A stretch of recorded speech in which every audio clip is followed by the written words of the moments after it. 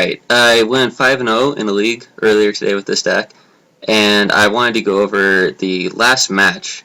It was really interesting, and I'm sure I misplayed a couple of times, and I wanted to get outside opinions to figure out if there was something I could have done more optimally. So, anyways, I wanted to go over the last match, and it was a 2 out of 3. I went to game 3, and it was really interesting. So here's the 75 that I played. Just wanted to show that real quick. But anyways, it was really interesting, and there were some pretty strange plays that I wanted to go over real quick, if I may. I'm going to make this as quick as possible. This isn't the most interesting thing in the world to watch. So here's my opening 7, and it was, I mean, it's not insane as a curve, but it doesn't start until turn 3. So I played it. Turns out it was red-white vehicles, and it certainly looked like it from this opening, so I was just going through the motions, going up to turn 3. Felt pretty vulnerable right here. Didn't have any spatial contortions or anything to like buy any time. And I was looking to chump block with the Eldrazi Displacer if I was given the chance just to trade with this stupid motorist. But I wasn't given the chance, so I ripped the Reflector Mage, which was a big deal, so I knew I could curve Harmonicon and a Reflector Mage, and hopefully draw a 2-drop, and start getting value that way. I'm facing down a reasonable clock, but I felt pretty good. Go to 8, and now I'm looking at a lot of damage, and it sucked. And, of course, lucky, rip the 2-drop off the top, so now I get to bounce half his board, and hold up the Spatial Contortion. And this is pretty funny. He had never seen that Harmonicon before. He thought it was pretty sweet. So I'm feeling pretty good. This was an interesting line. I'm pretty sure it was right. It was definitely right to trade with this. And I used the Spatial Contortion, leave him with the 1/2. And he has 2 cards in hand. He has 2 Veteran Motorists in hand and 2 Unknowns. So I feel pretty good. I note that there's a Needle Spire, so I'm leaving myself like pretty vulnerable. Like if he chooses to wake that up next turn, I have to chump block it with Cloud Blazer. So it was kind of tough to trade with that, but I did what I must. So here I'm looking to draw a Drowner of Hope, which luckily I do, so I can go 5-drop, 6-drop. So I'm feeling pretty good right now. And I even drew a Thraben Inspector, so it was all gravy. And I felt great. So he dumps, I believe he dumps both the motorists here. No? Okay. Worth noting, this was an interesting thing that came up. Selfless Spirit is horrible against both my removal spells, Spatial Contortion and Blessed Alliance. Both those get around indestructible, which didn't come up, but it was certainly a bonus to playing. So I felt really good about that. So this was interesting. He just concedes to this. He wasn't dead on board. He didn't know my hand was awesome, but he must have had... He had 1 Veteran Motorist in hand and probably 2 lands. He wasn't playing lands, but I don't know. Maybe he just had a bad hand. But yeah, he conceded after that. So I got the first game. The second game, really kind of interesting. So it was very different. So my hand minus the Prairie Stream. That was my opening hand. It had a better curve. This didn't do anything to the board. I knew on the draw this was probably not going to be good enough, but I can't mulligan to 6. So I play out my Prairie Stream.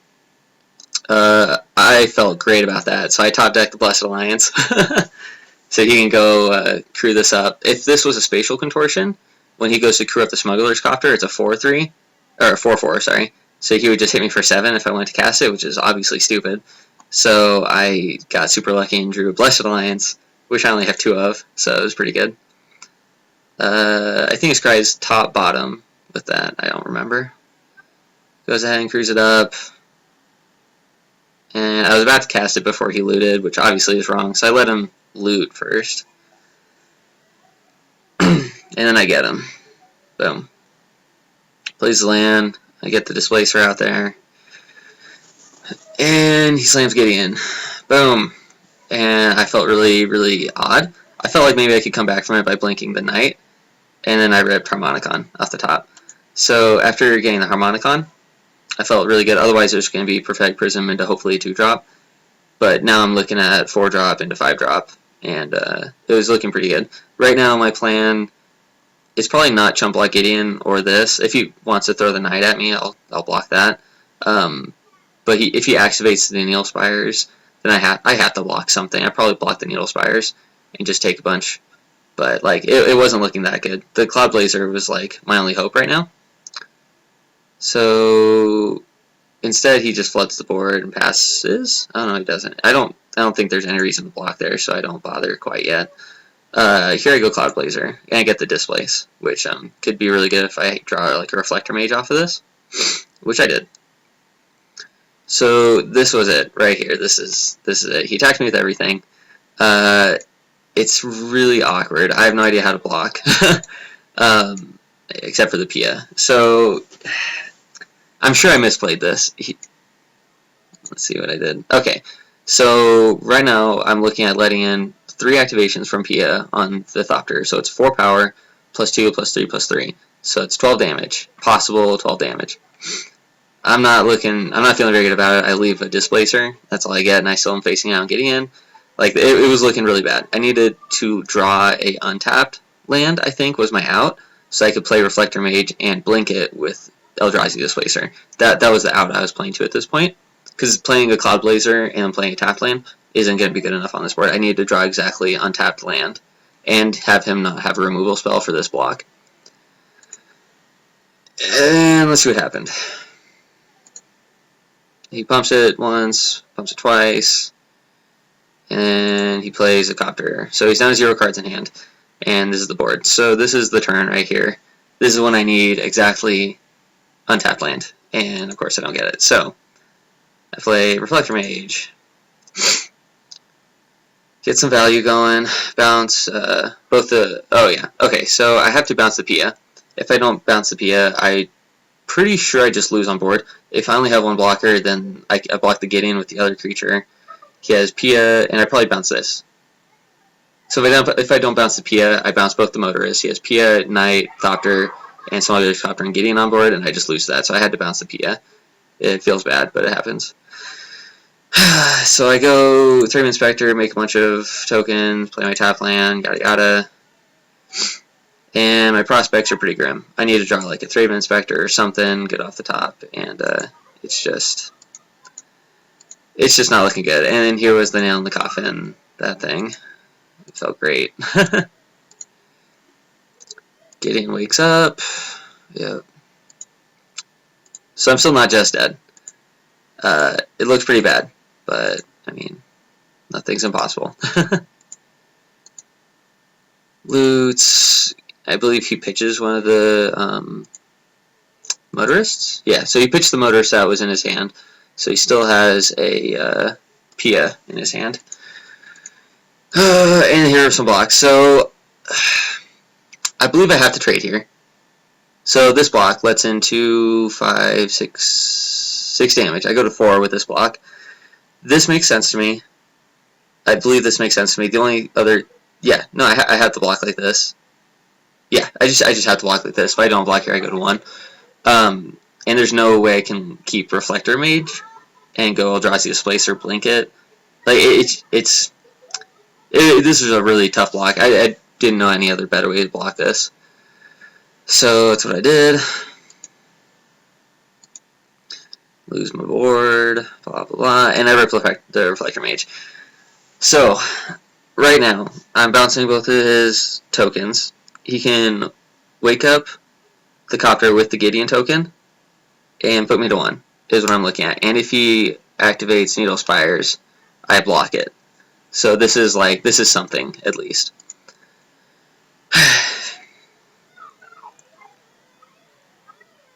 So I hold up Displace here in favor of Eldrazi Displacer, because it's only game 2, he hasn't actually seen it. So if he goes to wake it up, if he goes to make a token and wake up the Copter, I go for the blowout play, which is what I was shooting for right here. So that's what I'm aiming on. It might have been correct to play Eldrazi Displacer, but here's the play right here. Sky Sovereign. So if I don't blink the Reflector Mage, I lose because he kills it and then wakes up Gideon and kills me. So I have to blink it right here and get no value. So I do. And it wakes up Gideon, wakes up the copter, and I go to 1 life.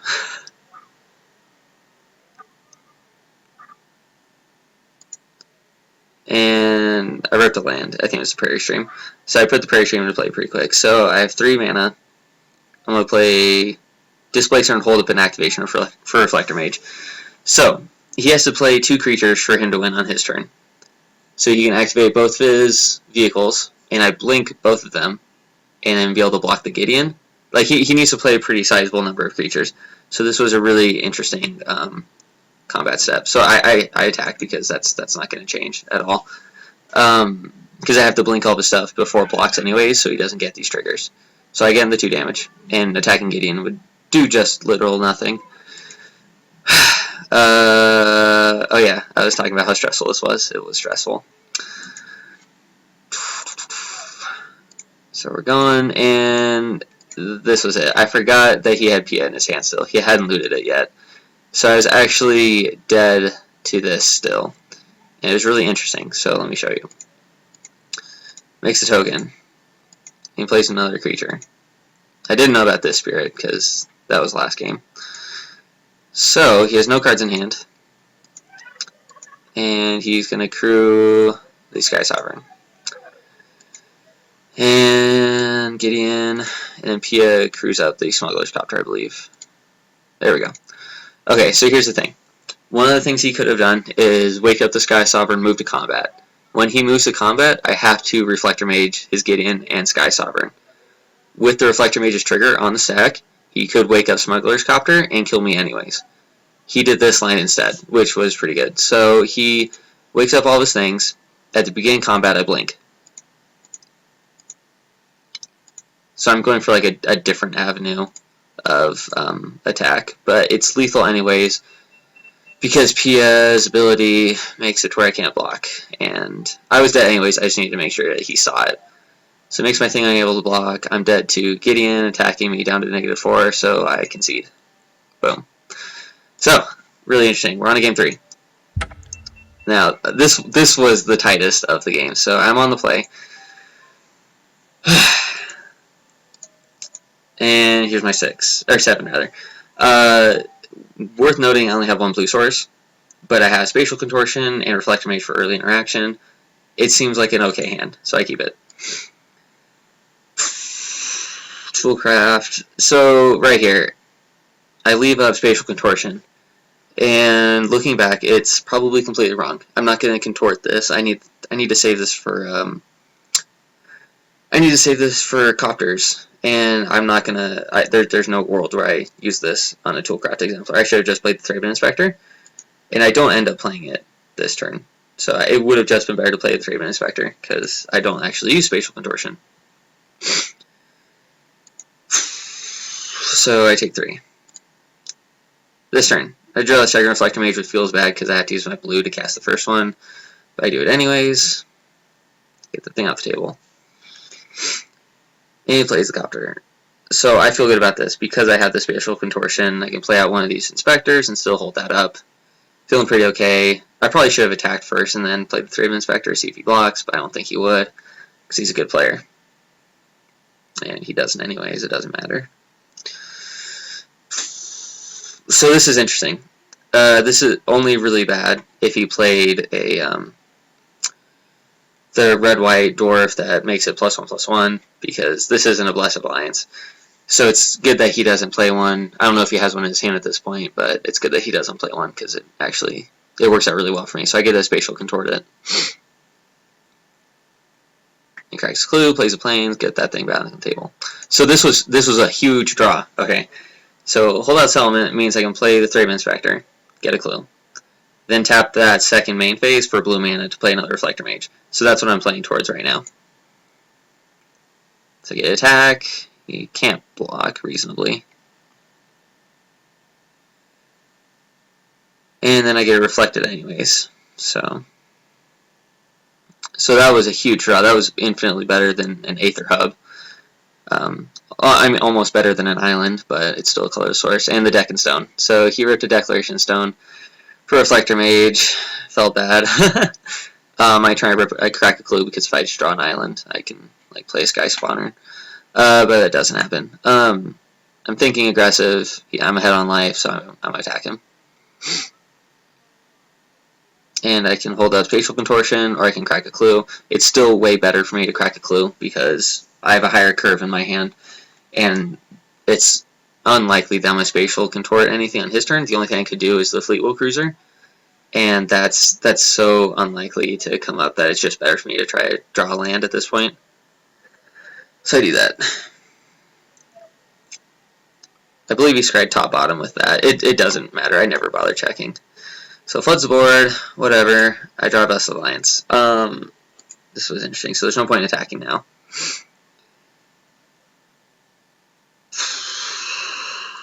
Okay, so crack both my clues in a turn. And get an island. Not an island, but it's a blue source. So this was interesting. I go Cloud Blazer. I really want to draw lands at this point. There's a world where I play Eldrazi Displacer, hold up Aether Hub and Plains to represent both of these tricks. But I figured that this is going to be best for me. I'm not under pressure. If I draw a 6th land, I can go Drowner of Hope. So I feel pretty good about that. And I draw a land, but it's tapped. And the Sky Spawner is just garbage at this point, so I discard it, and I have the redundant Displacer, so I discard those. He slammed a Gideon and made an emblem. Really strong play. I felt really weak right at this point. And he didn't attack. I don't know about this. So he has no artifacts. He doesn't attack with that. That makes sense. He doesn't want to trade.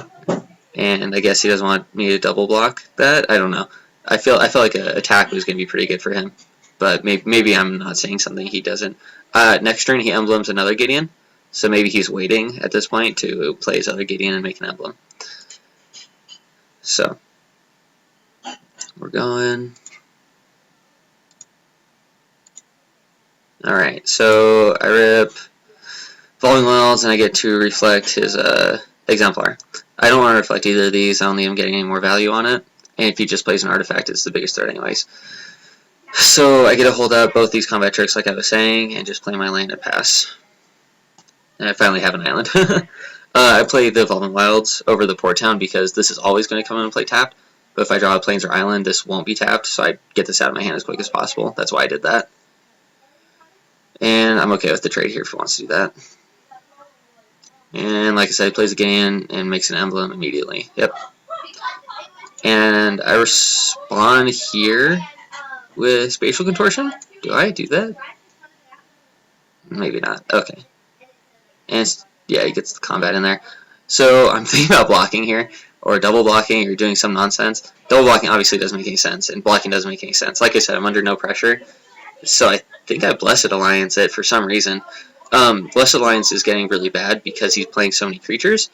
So he's going to have a lot of options on creatures that he wants to sacrifice. So I get it out of my hand now while I can. And worth noting that both those creatures have 3 toughness, which lend themselves really well to the Spatial Contortion that I still have. So I feel okay about this. And I finally get my 6th. Oh, okay. So I don't understand this. Okay, I'm trying to get a untap. I'm trying to get a way to untap my Port Town so I can hold Spatial Contortion and just keep developing my board. So what? Stand in here? No. Okay. Good night. Okay. So I do that. I have no good attack still, so I don't. So this is when his board got really out of control. So I Spatial Contort, right. Oh my gosh, stop. Okay, sorry. So I Spatial Contort with the 2nd Veteran Motorist on the stack, just in case having one indestructible and not the other is relevant. So I did that. DePaula, this sucked. So he had way bigger creatures than me. I had some flying creatures, so I felt reasonable. So I could chump block for a little bit and just keep attacking the air, but his creatures were massive at this point. And he does have an Eagle Spires, which I was looking at for a while. And right now my plan is to go Drowner.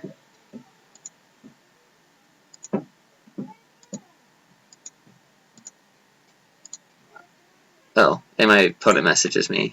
He's a good sport. He's like, this is a crazy game. So I go untap land, and I believe I play Reflector Mage right here. Get the motorist off the table. Yeah, I think he got me. Agreed. I'm Terrified of the Sky Sovereign. I tried it in this deck. It was busted. So I was talking about how the Sky Sovereign is like the thing I'm like terrified the most. And he rips it off the top and plays it right here, which felt really bad. So Sky Sovereign. Figures, haha, might be too late. So he plays it, takes out the Cloud Blazer.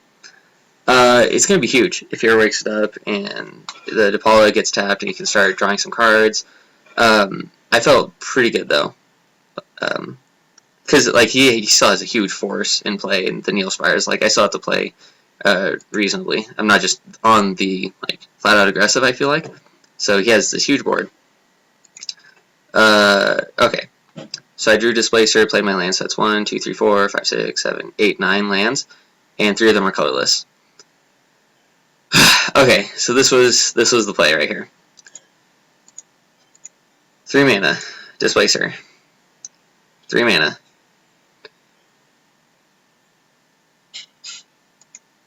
I bounce this. Okay, so here's the thought. If you woke up the Sky Sovereign in response, it still taps it. So either way, I get the Depala tapped. I was okay with him activating the Sky Sovereign. I think here I tap the Toolcraft Exemplar. Okay. Still same thing. If he taps that, I'm okay. Right now, I'm about to sacrifice a Scion to tap the Veteran Motorist. And he responds by waking up the Sky Sovereign, making it huge. So he's still dead on board. And I was terrified at this point because I was like, what if I miscount combat damage? And he's taking exactly 8 by my math.